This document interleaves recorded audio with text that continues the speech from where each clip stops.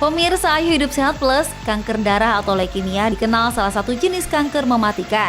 Menurut Lymphoma Society, diketahui jumlah penderita leukemia pada tahun 2016 sebanyak 60.000 orang. Leukemia umumnya diderita oleh anak maupun remaja.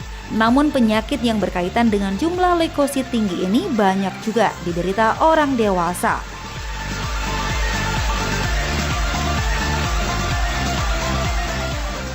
Seperti yang dialami oleh Ibu Lydia. Kepada tim Ayu Hidup Sehat Plus, ibu berusia 50 tahun ini menceritakan seputar perjuangannya bertahan hidup meski telah terdiagnosa leukemia kronik. Jadi berawal dari tahun 2006, bulan Mei itu saya merasakan demam berkepanjangan. Dokter mendiagnos itu hanya gejala tipes, gejala demam berdarah, mah kronis. Tapi saya punya kecurigaan sendiri, berat badan saya turun banyak, tapi perut saya kok membesar gitu. Kemudian sampel darah saya diambil, hasilnya beliau bilang ini ada dugaan mengarah ke leukemia akut. Saya kaget dong gitu, kok tiba-tiba langsung ke leukemia akut gitu dok. 2 hari kemudian dan diambil cairan sumsum. Dari hasil pengambilan cairan sumsum itu masih menunggu kurang lebih 40 hari sampai akhirnya keluarlah surat sakti itu yang menyatakan bahwa saya Lydia Dumayanti terdiagnosa leukemia kronik. Jadi ketika saya menyampaikan diagnosa dari dokter, saya nggak mau menangis di depan keluarga. Saya katakan ke keluarga saya kuat, insya Allah saya kuat, tapi saya mau didampingi oleh keluarga juga yang kuat. Gitu. Kalau kalian bisa support saya dengan kuat, itu jadi sumber tenaga buat saya. Tak ada kata menyerah dalam hidup Ibu Lydia. Untuk bisa bertahan dan menjalani kehidupannya sehari-hari, Ibu Lydia harus menjalani terapi dan mengkonsumsi obat secara rutin sepanjang hidupnya. Ketika dokter menyampaikan diagnosa, beliau juga sudah menjelaskan bahwa jenis penyakit ini terapi obatnya hanya satu, gitu, dan itu harus dikonsumsi seumur hidup. Bersyukur artinya kamu sudah ketemu dengan dokter yang tepat, sudah ada pengobatan yang tepat. Jadi pesan dokter hanya satu, disiplin, jalani hidup apa adanya, dan jangan lupa bersyukur. Masalah berapa persen kesembuhan yang kita dapat itu urusannya Allah. Gitu. Yang penting kita usahanya dulu. Gitu. Pemirsa, leukemia merupakan jenis kanker yang terjadi akibat tingginya jumlah sel darah yang tak seimbang pada sumsum tulang. Dan bila tak ditangani secara tepat, akan terjadi penurunan kondisi tubuh yang berujung pada kematian. Lalu apa saja ya gejala yang umum terjadi pada pasien terdiagnosa leukemia? Berikut penjelasan Dr. Wismandari Wisnu, spesialis penyakit dalam. Leukemia adalah merupakan suatu kanker darah, di mana terjadi produksi yang berlebihan dari sel darah putih. Namun, sel darah putih yang dihasilkan adalah sel darah putih yang belum matang, sehingga tidak membuat suatu fungsinya menjadi lebih baik karena lebih banyak, tetapi sebaliknya tidak menjadi berfungsi malah. Mengingat gejala-gejala leukemia itu tidak spesifik, karena itu kalau Anda mengalami hal-hal seperti 1. Demam, kemudian juga berat badannya turun tanpa diketahui penyebab yang jelas, lemas, pucat, nafsu makannya menurun. Jika Anda mengalami hal-hal tersebut, segeralah periksa ke dokter agar dapat diketahui lebih lanjut dengan pemeriksaan-pemeriksaan yang lebih detail. Ada 2 jenis leukemia yang umum dikenal, yakni leukemia akut, di mana kanker akan berkembang dalam waktu yang cepat, bisa dalam hitungan bulan bahkan hari. Dan leukemia kronik, di mana sel kanker berjalan lambat, dan umumnya pasien bisa bertahan hidup lebih lama. Lalu seperti apa ya fakta dan mitos seputar leukemia yang berkembang di masyarakat?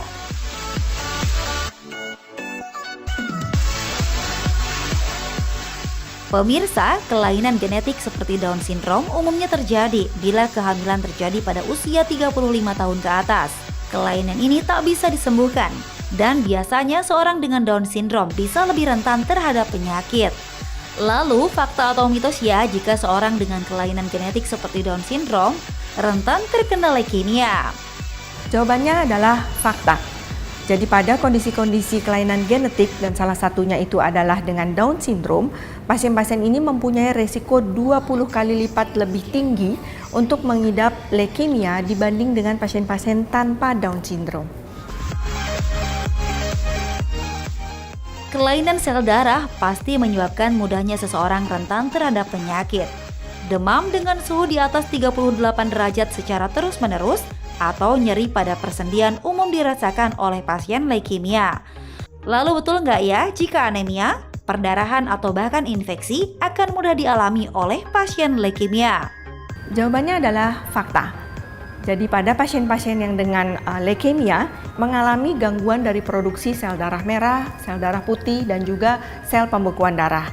Dengan kondisi seperti ini, pasiennya menjadi lebih mudah berdarah, pasiennya menjadi lebih mudah infeksi karena leukositnya menjadi leukosit yang tidak matang, kemudian tadi mudah berdarahnya karena trombositnya rendah, dan juga anemia karena produksinya tertekan oleh sel-sel darah putih yang terlalu banyak. Pemirsa, memiliki rumah yang cantik dan terlihat asri tentu terasa nyaman ya. Dengan menambahkan elemen hidup pada ruangan seperti tanaman hias, menambahkan kesan adem pada sebuah hunian. Salah satunya dengan menanam tanaman dolar. Tapi katanya tanaman hias ini justru berbahaya dan bisa menyebabkan seseorang terkena penyakit leukemia. Itu fakta atau mitos ya pemirsa? Jawabannya adalah mitos. Tanaman dolar itu adalah sejenis dari tumbuh-tumbuhan talas-talasan, di mana tumbuhan ini mengandung suatu senyawa yang mengandung asam oksalat. Asam oksalat ini bukan karsinogenik, jadi dia tidak membuat seseorang menjadi kanker. Malah ada penelitian yang menyebutkan sebagian dari senyawa yang ada di tumbuhan dolar ini bahkan bisa menekan tumbuhnya kanker. Di tanah air, leukemia menjadi salah satu kanker mematikan dengan urutan ke-9, dengan tingkat kematian yang cukup tinggi. Tapi katanya belum diketahui secara pasti apa penyebab penyakit kanker darah. Itu fakta atau mitos? Jawabannya adalah fakta. Jadi pada pasien-pasien yang memang sudah mengalami leukemia, kadang-kadang kita tidak tahu penyebab aslinya apa. Namun kita masih bisa melihat faktor risiko, yaitu orang yang dengan genetik terjadinya leukemia. Jadi ada keluarga yang memiliki kanker darah sebelumnya, orang tersebut akan memiliki risiko lebih tinggi. Terapi sinar atau kemoterapi merupakan treatment yang biasa dilakukan pada pasien yang terdiagnosa kanker. Kemoterapi dilakukan untuk menghambat perkembangan sel kanker dalam tubuh. Namun katanya terapi ini belum bisa sepenuhnya membunuh pertumbuhan sel kanker, tapi justru meningkatkan risiko terkena kanker darah atau leukemia. Nah pemirsa, itu fakta atau mitos ya? Jawabannya adalah fakta. Jadi pada pasien-pasien yang sudah pernah di kemoterapi sebelumnya, kemudian mengalami terapi yang juga dengan radioterapi, jadi misalnya di sinar, nah itu pasien-pasien yang memang mengalami risiko lebih tinggi dibanding pasien-pasien yang tidak di kemoterapi atau mengalami terapi sinar sebelumnya.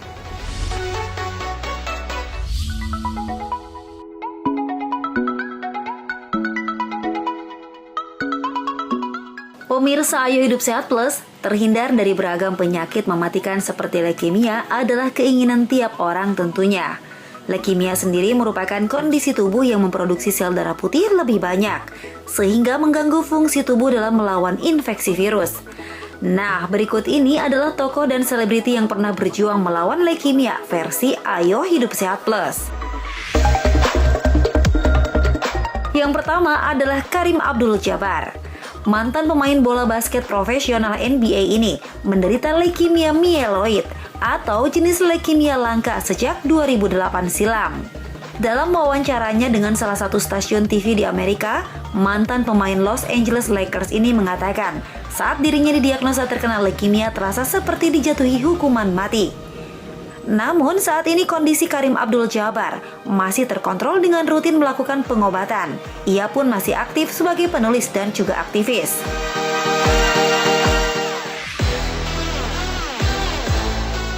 Berikutnya adalah Evan Handler. Aktor yang memiliki kepala pelontos ini juga didiagnosa menderita leukemia.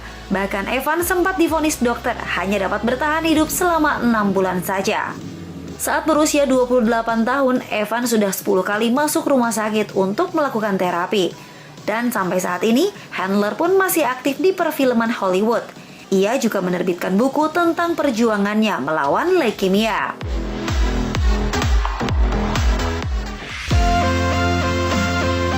Berikutnya adalah Tun Abdul Razak. mantan Perdana Menteri asal negeri jiran Malaysia ini juga menderita leukemia. Ia didiagnosis menderita leukemia pada tahun 1969 dan divonis dokter hanya dapat bertahan selama 2 tahun. Walaupun begitu, ia tetap menjalankan amanahnya membangun masyarakat Malaysia hingga akhirnya wafat pada 14 Januari 1976. Nah pemirsa, itu tadi sederet tokoh dunia yang berjuang melawan penyakit leukemia versi Ayo Hidup Sehat Plus.